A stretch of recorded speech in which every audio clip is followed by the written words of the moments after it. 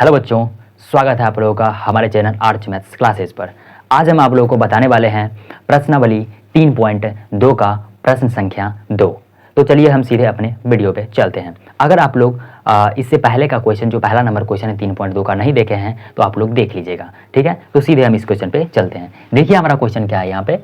दूसरा number question है अनुपातों A1/A2, B1/B2 और C1/C2 की तुलना कर ज्ञात कीजिए। क्या ज्ञात करना है कि निम्न समीकरण, जो नीचे में जो समीकरण दिया है, निम्न समीकरण युग्म द्वारा निरूपित रेखाएं एक बिंदु पर प्रतिच्छेद करती है, समांतर है या फिर संपाती है। मतलब ये जो हमको दो दिया है समीकरण युग्म, यानी कि युग्म मतलब होता है जोड़ा, ठीक है। दो समीकरण दिया है ना, तो दो समीकरण दिया है, तो इन दोनों समीकरण को चेक करना है कि इस दोनों का ग्राफ जो है हमारा क्या होगा कि प्रतिच्छेदी कर रहा है, यानी कि दोनों जो ग्राफ आएगा वो काट रहा है, यानी दोनों जो ग्राफ आएगा वो एक दूसरे को काट रहा है, या फिर जो दोनों ग्राफ आएगा वो समांतर आएगा, या फिर जो दोनों ग्राफ जो आएगा वो हमारा क्या होगा, संपाती होगा, यानी कि एक के ऊपर दूसरा लाइन होगा। क्या होगा, एक के ऊपर ही दूसरा लाइन होगा।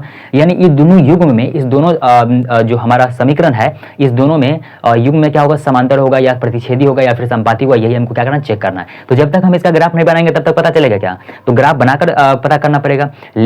लेकिन बिना ग्राफ बनाए भी हम यहाँ पे पता कर सकते हैं, ठीक है ना। तो यहाँ पे हमारा एक तरीका होता है बिना ग्राफ बनाए कैसे हम कर सकते हैं, ठीक है। तो देखिए सबसे पहले हम क्या करेंगे, इसमें सबसे पहले हम इसका क्या करते हैं, चेक करते हैं, ठीक है। सबसे पहले देखिए हमारा ये तो आप लोगों को पता होगा कि A1 क्या होता है, A2 क्या होता है, B1 क्या होता है, B2 क्या होता है।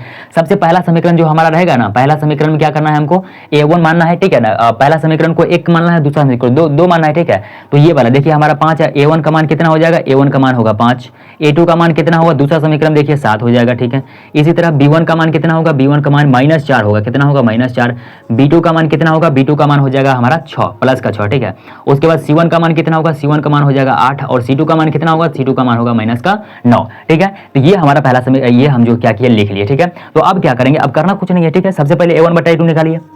A1/A2, A1 का मान कितना है 5, अब बट्टे में A2 का मान है 7, हो गया। B1/B2 निकालते हैं, B1/B2, B1 का मान कितना है -4 और B2 का मान कितना है, B2 का मान कितना है, तो B2 का मान है 6, तो 2 से कट जाएगा, 2 दूनी 4 और 2 तिया 6, क्या आया -2/3, -2/3। तो इसी दोनों से हमारा क्लियर होगा कि क्या आएगा, ठीक है ना। याद रखिएगा आप लोग कि जब हमारा A1/A2 does not equal to B1/B2 है, देखिए A1/A2 का मान कितना आया 5/7, अब B1/B2 का मान कितना आया -2/3। क्या ये दोनों बराबर है, नहीं बराबर है। तो जब ये दोनों बराबर नहीं होगा तो बस हो गया, ठीक है ना। चूंकि लिख लीजिए A1/A2 does not equal to B1/B2, इसका मतलब हुआ कि बराबर नहीं है। जब ये स्थिति होगा, ठीक है ना, ठीक है ना, अगर ये स्थिति होगा तो क्या होगा, ग्राफ जो हमारा क्या होगा, प्रतिच्छेदी होगा। क्या होगा, प्रतिच्छेदी। यानी जब भी ये स्थिति होगा तो ग्राफ हमारा प्रतिच्छेदी कहने का मतलब एक दूसरे को क्या करेगा, काटेगा। इस तरह का ग्राफ बनेगा हमारा, ठीक है। तो यही हमारा प्रतिच्छेदी हो जाएगा, ठीक है। तो हम लिख देते हैं, ठीक है। अतः समीकरण युग्म का, ठीक है ना, समीकरण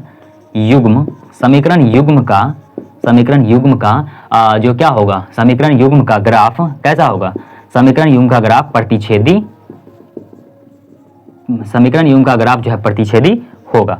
बस हो गया, ये हम लिख दिए, काम खत्म हो गया। ये वाला हमारा हो गया। यानी पहला नंबर क्वेश्चन एकदम स्पष्ट तरीके से पता चल गया कि पहले बोला था प्रतिच्छेदी होगा या समांतर होगा, तो हमको पता चल गया कि जो पहला नंबर प्रश्न था इसका जो ग्राफ आएगा कैसा आएगा, प्रतिच्छेदी आएगा। कैसा आएगा, प्रतिच्छेदी आएगा। अब इसी तरह से दूसरा हम चेक कर सकते हैं। तो दूसरा हमारा क्या है, देखिए दूसरा का भी उसी तरह लिख लीजिए। सबसे पहले बताइए A1 का मान कितना है, इसमें डायरेक्ट निकाल देते हैं, ठीक है ना। सबसे पहले देखिए A1/A2, A1 का मान कितना है, A1 का मान है हमारा 9, A2 का मान कितना है 18, ठीक है। तो 9 दूनी 18, तो 1 बट्टा कितना आ गया, 2 आ गया। A1/A2 का मान कितना है 1/2। उसी तरह से अगर हम B1/B2 का मान निकालें तब B1/B2, B1 का मान है 3 और B2 का मान कितना है 6, तो 3 दूनी हो जाएगा 6, यानी 1 बट्टा कितना आया, 2 आया। और इसी तरह अगर C1/C2 का मान निकालें हम, C1/C2, C1 का मान है 12 और C2 का मान है 24, तो 12 से कट जाएगा, 12 दूनी 24, यानी 1/2। हमको दिख रहा है कि तीनों का तीनों बराबर आ गया, ठीक है ना। तो इस स्थिति में कैसा आता है ग्राफ, संपाती। कैसा आता है, संपाती आता है।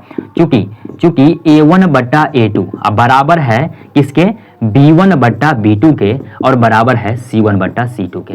तीनों का तीनों देखिए बराबर दिख रहा है ना। A1/A2 1/2 है, B1/B2 भी 1/2 है और C1/C2 भी कितना है 1/2 है। यानी कि तीनों का तीनों क्या हमारा बराबर है। तो जब तीनों का तीनों बराबर होता है तब क्या होता है, तो अतः लिख दीजिए, जब तीनों का तीनों बराबर होता है तो ग्राफ जो हमारा क्या होता है, समांतर होता है। तो इसलिए लिख देते हैं इसका, ऐसे ही लिख दीजिए सीधा, इसका ग्राफ जो है क्या होगा, इसका ग्राफ समांतर नहीं, क्या होगा, संपाती होगा। इसका ग्राफ क्या होगा, संपाती। इसका ग्राफ क्या होगा, संपाती होगा, इसका ग्राफ क्या होगा, संपाती होगा। बस होगा, काम खत्म। यानी दूसरा में क्वेश्चन बन गया। अब देखते हैं तीसरा में हमारा क्या है। बस तीसरा में भी लिखेंगे नहीं, सीधे डायरेक्ट लिखते हैं कि a1/a2 मान निकालिए, ठीक है ना।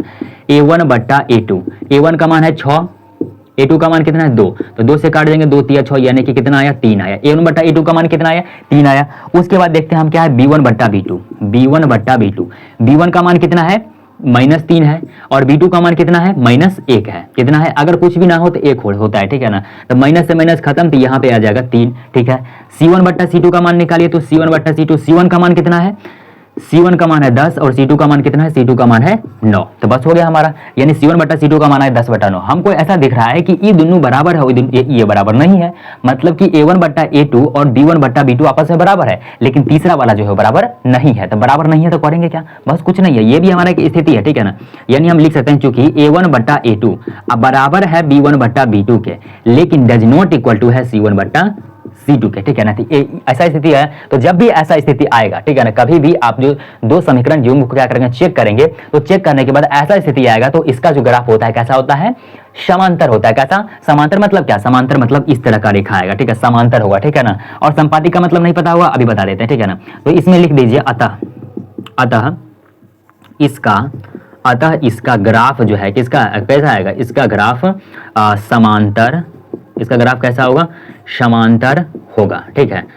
इसका ग्राफ क्या होगा, समांतर होगा। तीनों स्थिति समझ में आ गया होगा। एक बार रिपीट करते हैं, अगर हमारा जो है कौन सा स्थिति आएगा, a1/a2 does not equal to b1/b2 आएगा, तो इसका ग्राफ जो है कैसा होगा, प्रतिच्छेदी होगा। उसके बाद देखते हैं कि कौन सा, अगर तीनों का तीनों बराबर हो जाए, यानी a1/a2 बराबर b1/b2 बराबर c1/c2, अगर तीनों बराबर हो जाएगा तो इसका ग्राफ जो कैसा आएगा, संपाती आएगा। कैसा, संपाती। संपाती का मतलब तो पता नहीं होगा। संपाती का मतलब होता है कि एक लाइन जिस रेखा पर से गुजरेगा ना, एक लाइन जिस रेखा पर से गुजरेगा उसी के ऊपर एक और लाइन चला जाएगा, उसी के ऊपर एक और लाइन चला जाएगा, ठीक है ना। यानी बिल्कुल एक दूसरे को क्या करेगा, ढक देगा, ठीक है ना। तो इस ऐसा स्थिति कैसे कब आएगा, जब तीनों का तीनों बराबर हो जाएगा। और तीसरा स्थिति हमारा ये था कि जब a1/a2 अब बराबर b1/b2 और does not equal to c1/c2 आएगा, तब हमारा क्या होगा, तब जो है इस स्थिति में क्या आएगा, ग्राफ जो हमारा समांतर आएगा। कैसा आएगा, समांतर। समांतर तो पता ही होगा, ठीक है।